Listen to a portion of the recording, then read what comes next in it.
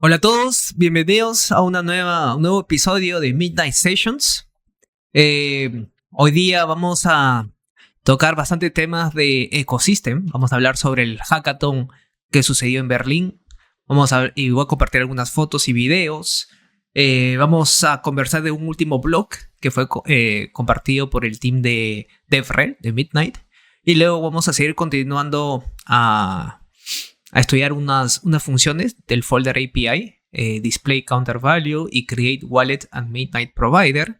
Y como es de costumbre, al final voy a liberar los micrófonos para que se puedan juntar en el stage o puedan hacer sus preguntas en el chat. Entonces, comencemos. Primero vamos a ver el tema del hackathon, ¿no? Hubo un hackathon este final de semana en Berlín. Aquí está el invite. Fue organizado por EdMaker y tuvo varios patrocinadores como Cardano Foundation, Midnight, IOG, ¿no? Me gusta compartir este tipo de eventos porque refleja las diferentes formas de atacar el ecosistema con hackathons, ¿no? Ya estamos acostumbrados a los hackathons online que duran un mes. Este hackathon duró 2 días, donde el developer tendría que hacer su aplicación prácticamente 24 horas, ¿no? Entonces son diferentes formas de atacar a el tema de onboarding de developers. Entonces vamos a analizar este tipo de eventos, ya que es bastante recurrente, ¿no? Ha habido en Estados Unidos, en Argentina. Entonces hay varios que no conocen o no participan en estos eventos físicos. Entonces vamos a ver un poco de qué trata. Entonces, aquí podemos ver que el evento fue hosteado por Cardano, Masumi y EdMaker. Masumi es un protocolo que está siendo desarrollado por el team de EdMaker. Entonces, ¿qué comenta aquí? ¿En qué consiste este hackathon? Entonces, ellos comentan que es importante el tema de la innovación. Comentan aquí el hackathon va a durar solo 24 horas. Y los temas importantes es Web3, inteligencia artificial y blockchain. Masumi, este protocolo es todo relacionado con la utilización de agentes junto con la blockchain de Cardano. ¿Y cuál es la parte principal? Comentaron aquí. No hay necesidad de ser un monstruo o un experto en coding, en codear, ¿no? Puedes tener nivel básico, ¿no? Entonces, este es un punto interesante, cómo se atacan estos tipos de hackathons, ¿no? ¿Qué más? El evento tuvo lugar durante 2 días, viernes y sábado, y el evento comenzó a las 4 de la tarde, ¿no? Con una reunión de introducción de los participantes, un poco de networking, cervezas, y luego en la noche, después de las 7, empezaron a escribir código, y las presentaciones fue al día siguiente, al final de la tarde. Entonces, 24 horas escribiendo código. El día sábado, a las 2 de la tarde, hubieron algunos keynotes, unas participaciones de algunos que hicieron sponsor del evento, como Cardano Foundation, Midnight, EdMaker, ¿no? Entonces, Midnight participó en este tipo de eventos.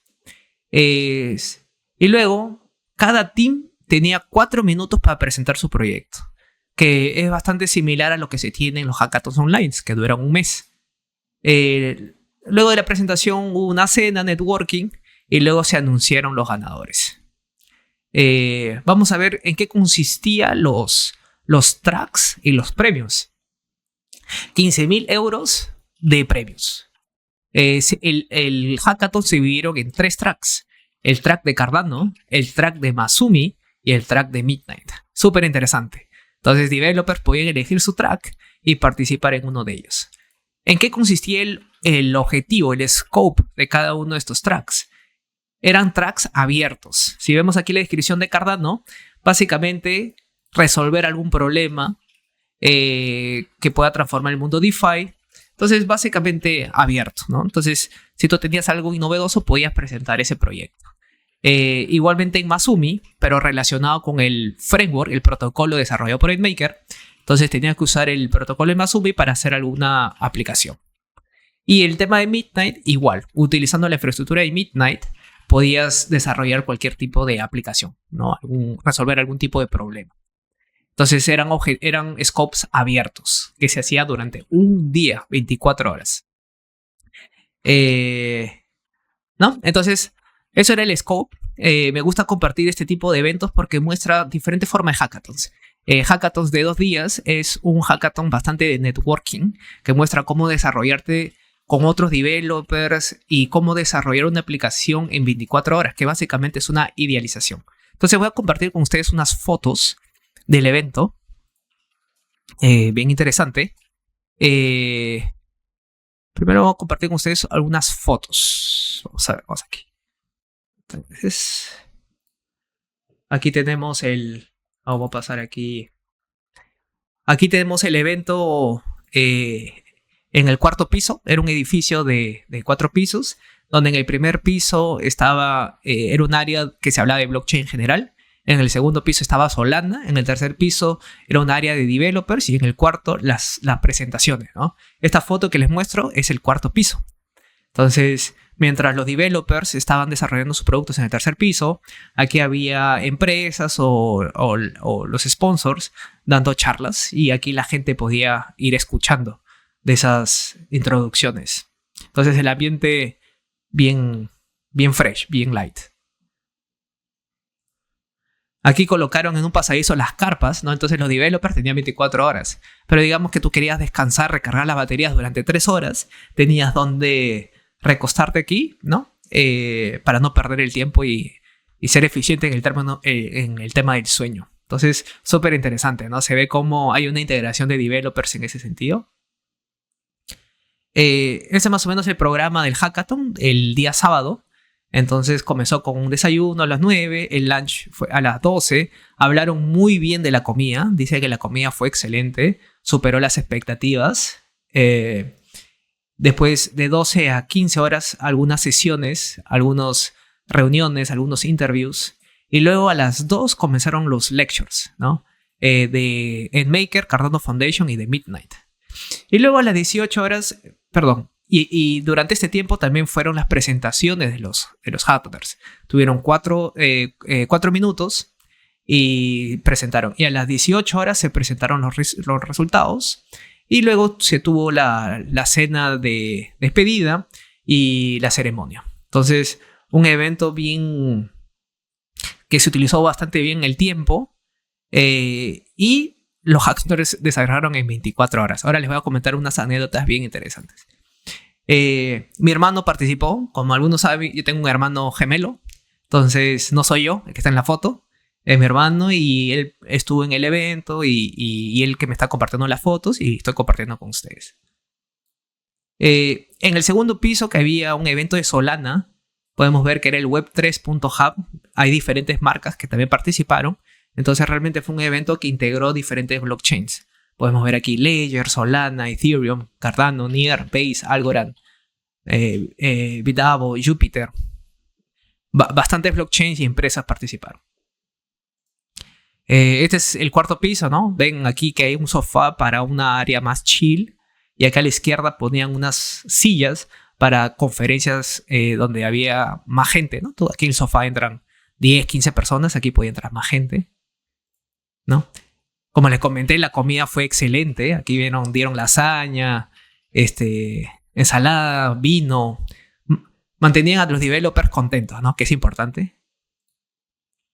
Como les comenté, aquí ponían sillas cuando ya querían hacer una conferencia de mayor porte.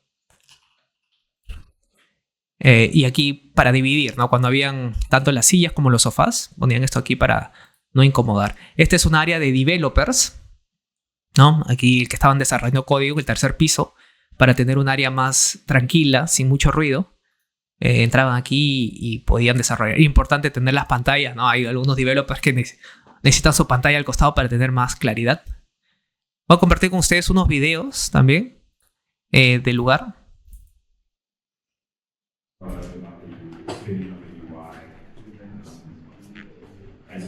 Vemos que fue bastante gente. La gente podía estar... Había diferentes eventos, tú elegías, podías tomar tu cafecito, escuchar los eventos, participar de entrevistas.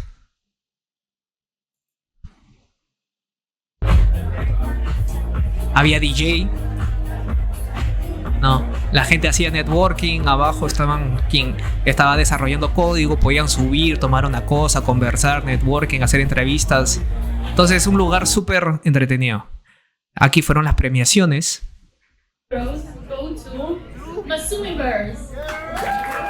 Masumiverse fue el ganador del track de Masumi. Ahí están premiando, ahí está la gente de Maker. Hicieron un buen evento. 5,000 euros go to KOF. El premio para cada track era de 5.000 euros. ¿No? Y aquí están premiando el team. ¿No? La chica súper feliz que ganó.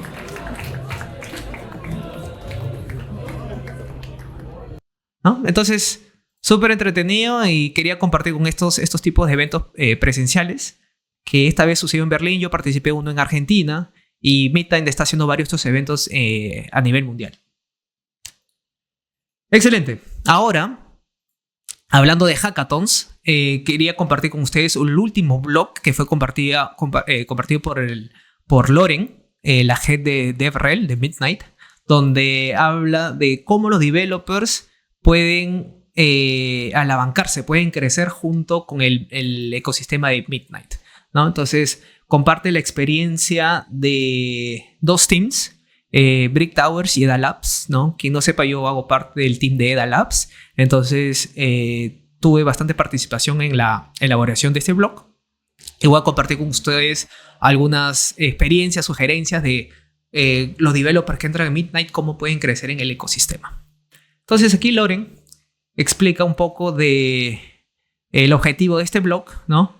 Aquí comenta la comunidad está creciendo y quiere compartir ese conocimiento con la comunidad de estos dos equipos, como les había comentado. Entonces ella lo divide en 3 pasos. Primero, dice juntarse a la comunidad, ¿no? Entonces lo que transmite aquí es que hay que crear las fundaciones y para eso se tiene diferentes materiales. ¿Qué materiales tenemos?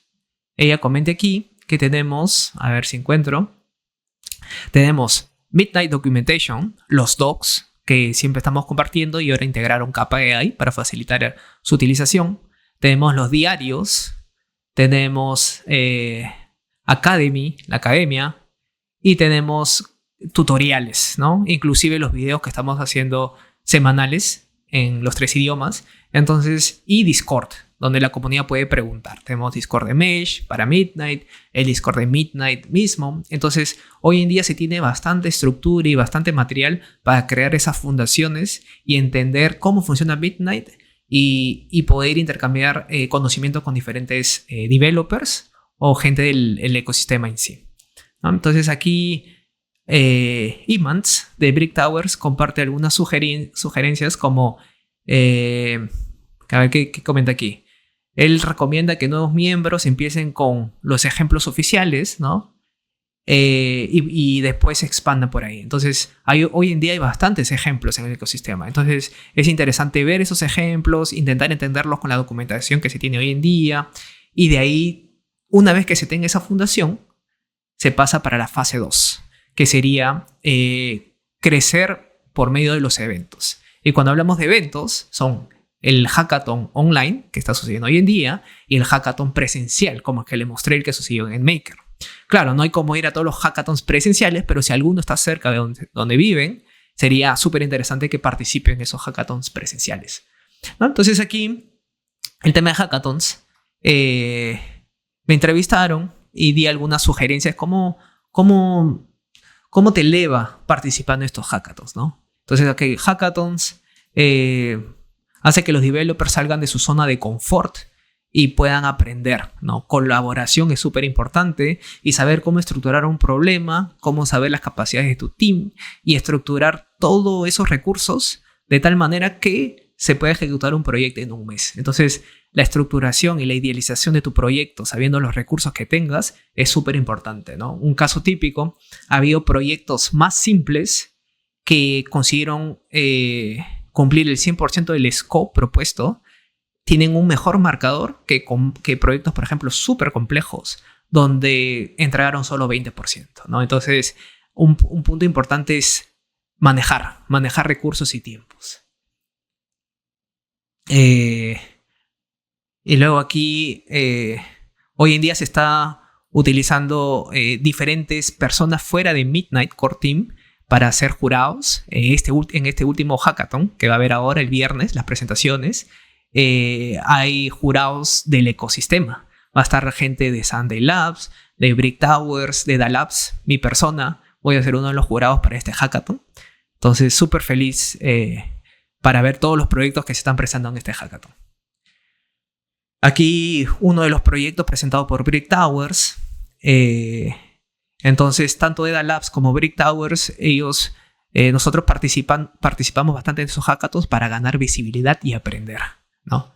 Y luego, una vez que tengan esas fundaciones, la exposición y estén dando valor al ecosistema, viene la fase 3 de cómo se traduce ese valor en un valor de largo plazo para el ecosistema. Y eventualmente hasta convertirse en un partner de Midnight, ¿no? Entonces, tanto Brick Towers como DALabs somos partners de Midnight y ellos quieren compartir ese camino con todos los developers, ¿no? Ese camino está libre, se tienen los recursos más que nunca para poder ejecutar ese camino. Y bueno, Loren quería compartir este conocimiento con toda la gente del ecosistema y lo estoy transmitiendo a ustedes para que vean cuál es el propósito importante de estos hackathons y de los materiales, ¿no? Y bueno, y para el partner, a medida que van participando en los hackathons, van a poder ver dónde están los gaps, las limitantes, qué valor se puede agregar al ecosistema y ofrecerlo, ¿no? Entonces en Mesh estamos haciendo tooling. Es un proyecto open source donde nuevos developers pueden entrar y participar y ser como una mano derecha del team de Midnight ofreciendo tooling, ¿no? Entonces, Brick Towers tienen productos, DALabs también tiene productos. Entonces, y así que el ecosistema crezca, más necesidades va a ir naciendo, ¿no? Ahora, ¿cómo se sabe esas necesidades? Participando en hackathon y ante el hackathon tener las fundaciones. Entonces, el camino está ahí. Y bueno, pueden ver este blog a detalle, muy interesante. Listo. Ahora vámonos a la parte técnica, a seguir aprendiendo a escribir código en Compact, en TypeScript. En la última sesión, voy a abrir aquí el IDE. En la última sesión aprendimos a entender el output cuando se ejecuta un circuito. Y entendimos cómo la data está estructurada en la blockchain, tanto en la parte pública como en la parte privada. Y en la parte pública, cuál es el stake que tenemos en CSwap y cuál es el stake que tenemos en el protocolo de Kashina. Entonces ahora vamos a seguir aprendiendo y vamos a estudiar estas dos funciones: Display Counter Value y Create Wallet and Midnight Provider. Entonces vamos a empezar. Display Counter Value. Esto va a ser una función asíncrona donde vamos a darle dos argumentos. Providers, que es del tipo Counter Providers. Quien está acompañando esto y no sabe qué son estos términos, vean mis sesiones pasadas donde hablamos todo en relación a estos providers y cómo se declaran. Entonces, providers son de tipo counter providers y vamos a pasar un counter contract que tiene el tipo deploy counter contract. Este tipo lo obtuvimos al correr la función de deploy y la función de join contract. Aquí tenemos la salida deploy counter contract. Excelente. Entonces, vamos a ejecutar esta función corriendo lo siguiente. En counter contract, que es este tipo, deploy counter contract, recordando cuáles son los métodos que tenemos en este objeto. Tenemos call transaction para ejecutar un circuito y tenemos deploy transaction data, que es para obtener los datos relacionados con el deploy de ese contrato, cuando se hizo la primera vez y los datos relacionados en la blockchain.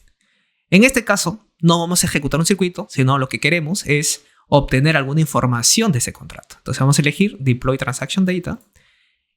Y en ese nuevo objeto tenemos otros métodos.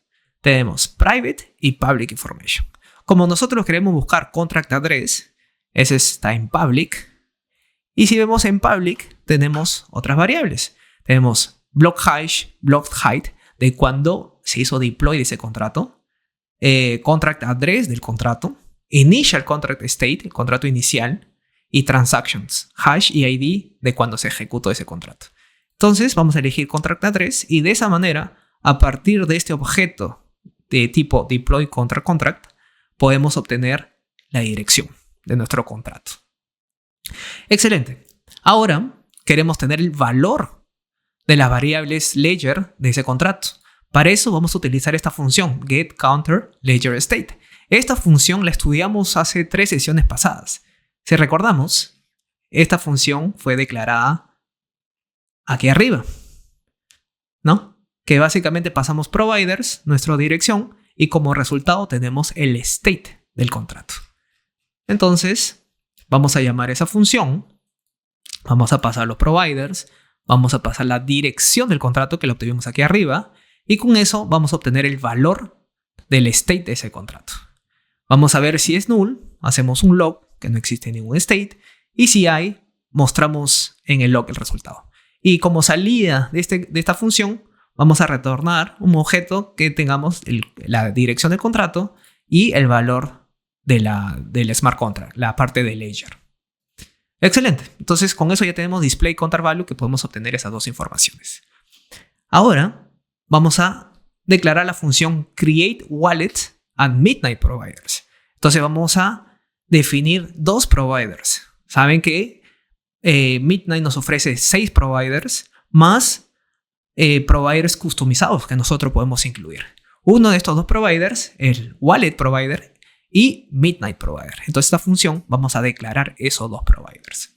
Para eso, vamos a declarar una función asíncrona y vamos a pasar wallet de tipo wallet. La primera vez que estamos viendo este tipo, wallet, ¿de dónde viene? Si vemos, esta función wallet está viniendo de Midnight SDK, de unas bibliotecas. En este caso, Wallet API. Entonces, este de aquí es el tipo de la interfaz del wallet, del objeto de wallet. Cuando creamos una wallet, este es nuestro cliente. Entonces, vamos a definir que es de tipo wallet. Y ahora vamos a definir, vamos a obtener estos 2 providers, wallet provider y midnight provider. ¿Cómo hacemos eso? A partir de wallet, que es el wallet API, vamos a llamar el método state y vamos a ejecutarlo. ¿Qué hace esta función? Si vemos las características, la salida de este state nos da un observable. Quien no sepa qué es un observable, puede ver uno de mis tutoriales donde explico por qué Midnight utiliza observables, utiliza la biblioteca de RxJS y explico para qué se utilizan observables. Entonces pueden visitar ese tutorial para entender este concepto y luego vuelven a esta parte del video. Excelente, entonces corriendo esta función vamos a tener como output un observable.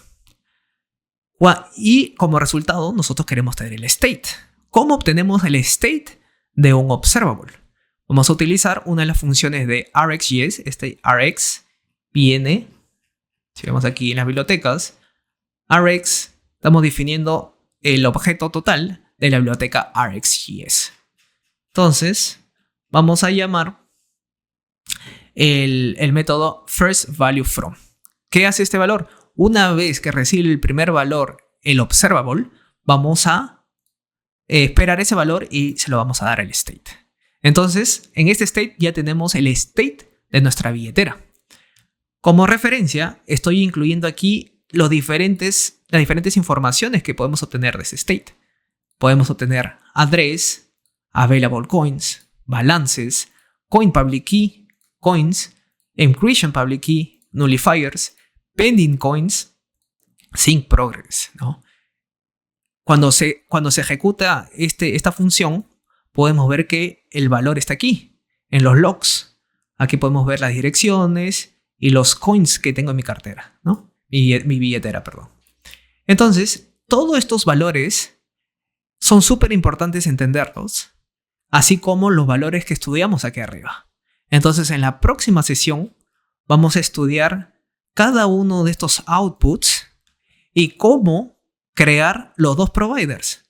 Cómo creamos el provider de la wallet, que es por medio de Coin Public Key, Encryption Public Key, y la función de balance, y cómo creamos el provider de Midnight Provider, declarando la función submit transaction.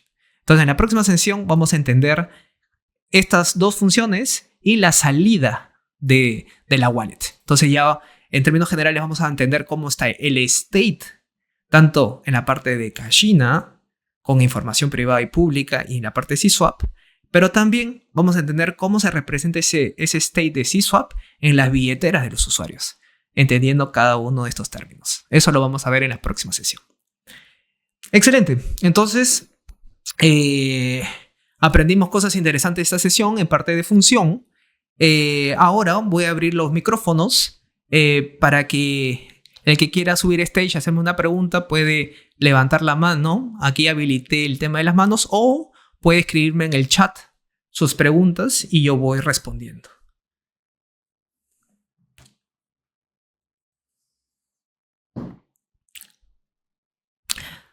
A ver, aquí David pidió. David, ahí te mandé un... Me lo echa a mí, a Lucas, creo. Lucas, a ver. Lucas, puedes preguntarme, después le doy la entrada a David. Ok, si la pregunta está fuera del scope de la charla y tengo que ver el tutorial, decímelo, no hay problema. La pregunta es con respecto al método de React, que es First Value From. O sea, eso entiendo que esto es un método estándar del framework de React, me imagino. Ahora, ¿qué obtengo yo de ahí? Obtengo información del indexer, la primera transacción de la wallet, la última. A eso apuntaré mi pregunta. No sé si está fuera de scope, decímelo y no hay problema.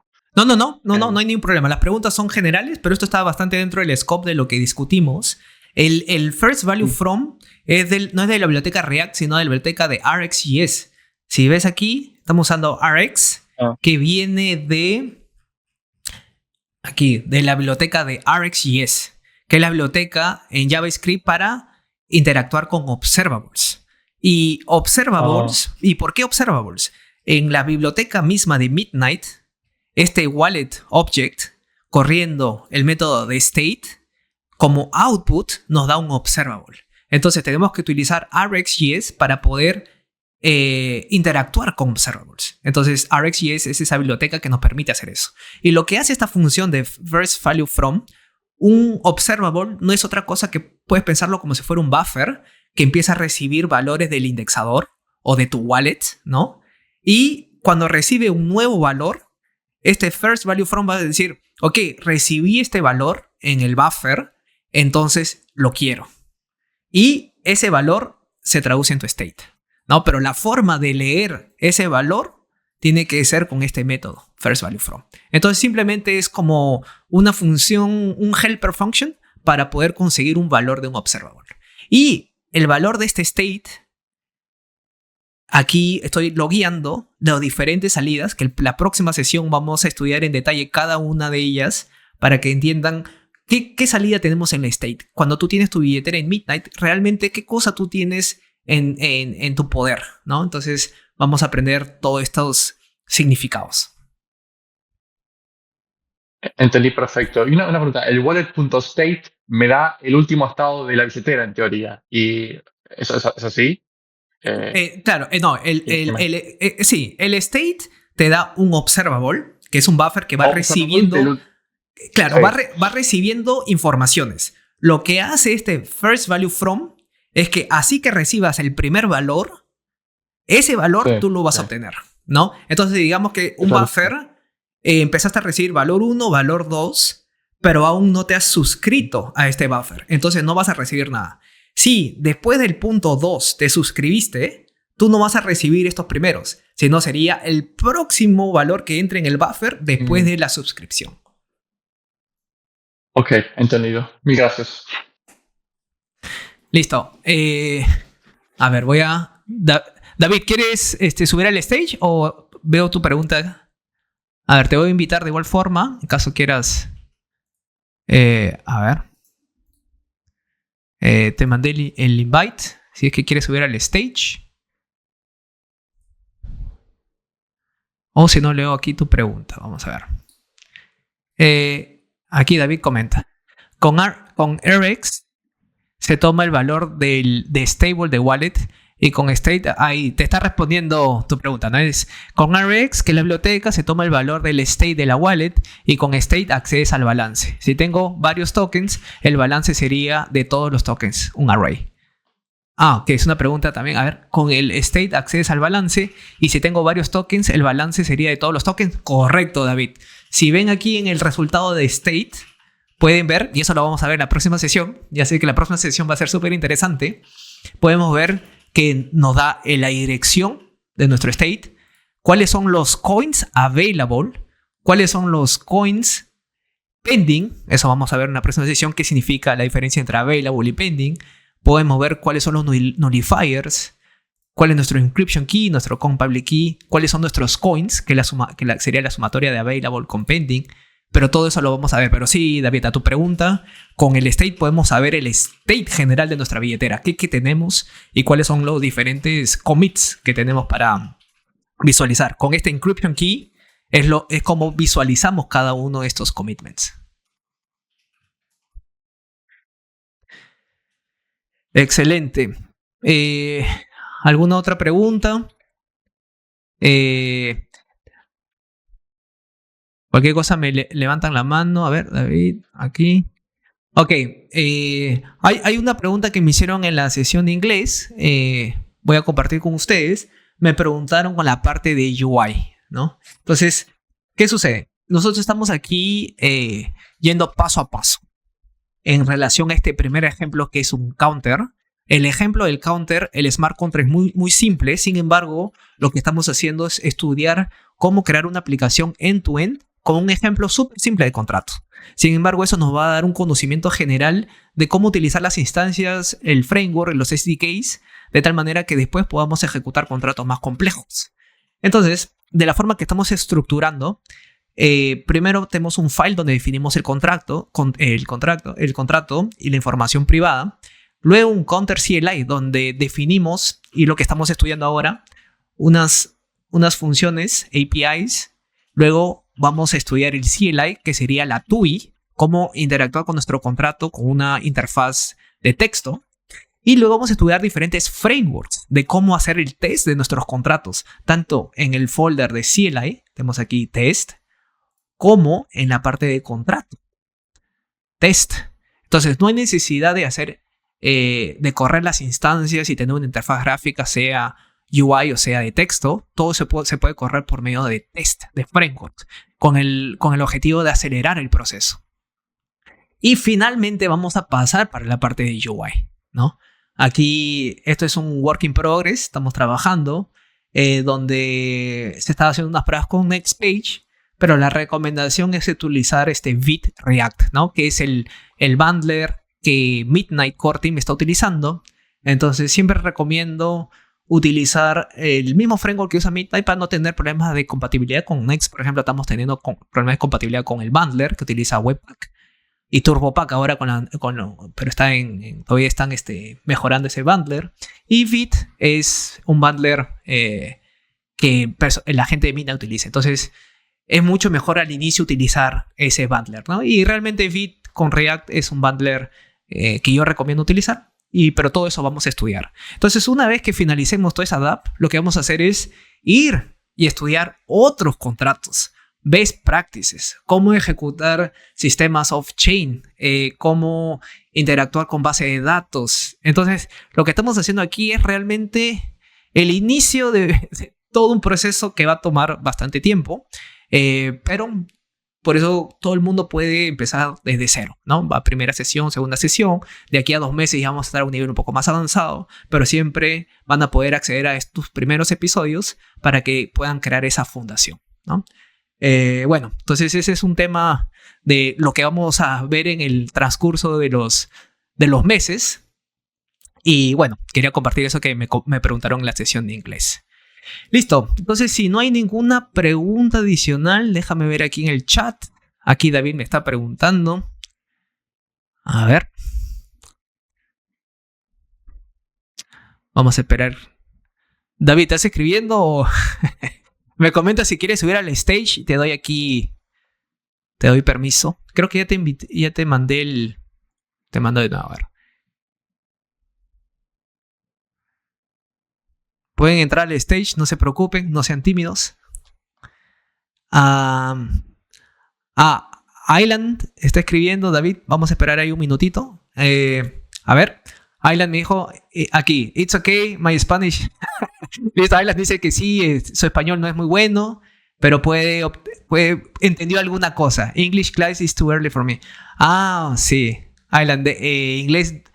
Island, what happened? I decided to run the English classes at 10:30 because there's people from Japan and Asia that they wanted to join as well. So that's why I kind of chose these 10:30 that it's easier for everybody. Yeah, but all these meetings are gonna be recorded, so you can watch it afterwards. Estaba diciéndole a Island por qué elegimos el horario de Estados Unidos 10:30, porque es inglés y hay gente en Japón y Asia que se querían juntar. Pero sin embargo, todos estos videos están siendo grabados. En caso no consigan acceder en un horario, lo pueden ver en YouTube después. David comenta aquí, con respecto al front feed, para acceder al contrato es buena práctica hacer un pi. Estoy en la OFI y hay mucha bulla. Ya. Hacer un pi, ¿qué significa? Oh, that's better. I can do 10:30. I will be at next one. Thanks for doing it. Gracias, Island. David dice, Eric, con respecto al front, para acceder al contrato, es buena práctica hacer un API backend, ¿qué es lo mejor? Excelente pregunta, David. Y mira, aquí aprovecho, veo a Norman. No quiero quitarle protagonismo. Norman ya en Hackathon nos va a presentar su proyecto. Me pareció súper interesante, que lo hizo junto con John, donde utiliza una arquitectura como el que comentas, David, ¿no? Es tener un backend y que le dé el servicio al frontend en vez de correr tu código en frontend. Y ahí es cuestión de arquitectura y definir bien tu problema, ¿no, David? Entonces, hay pros y cons. Entonces, no hay una recomendación, sino va a depender mucho de tu use case, cuál de las arquitecturas eliges. Pero claro, cuando tengas información privada como llaves de acceso de servidores, siempre tiene que ser en un backend, ¿no? Si no, en tu frontend haces disclose tus llaves privadas. Pero en el caso de, por ejemplo, firmas criptográficas, el que hace ese trabajo es tu billetera, que es una wallet en el browser. Entonces ahí tú firmas y solo las transacciones que están firmadas con la técnica de public y private key van realmente a ser autorizadas por el node. I'll just hang out for support. Claro, Island, bienvenida. Ahí va a haber 3 sesiones tanto en inglés, español y portugués. Entonces, libre de entrar en cualquiera de las 3 y puedes hacer tus preguntas en inglés y yo traduzco para todos. Entonces, no hay ningún problema. Excelente. Entonces, nos vemos en la próxima sesión. Lo que voy a tener que confirmar, la presentación de Hackathons va a ser el viernes y soy jurado. Entonces, normalmente es 1 hora. Las sesiones son 10:30 en UTC-3, ¿no? 10:30, 3 y 4. Si alguna de esos horarios se junta con la presentación del Hackathon, lo que voy a hacer es cancelar la reunión online. Sin embargo, la voy a grabar, pero offline, y luego la voy a poner en YouTube, ¿no? Si no hay ningún cruce, no hay ningún problema, voy a mantener los meetings el viernes. Pero bueno, ya les voy informando. Y bueno, de igual manera, nos vemos el viernes. Chao, chao.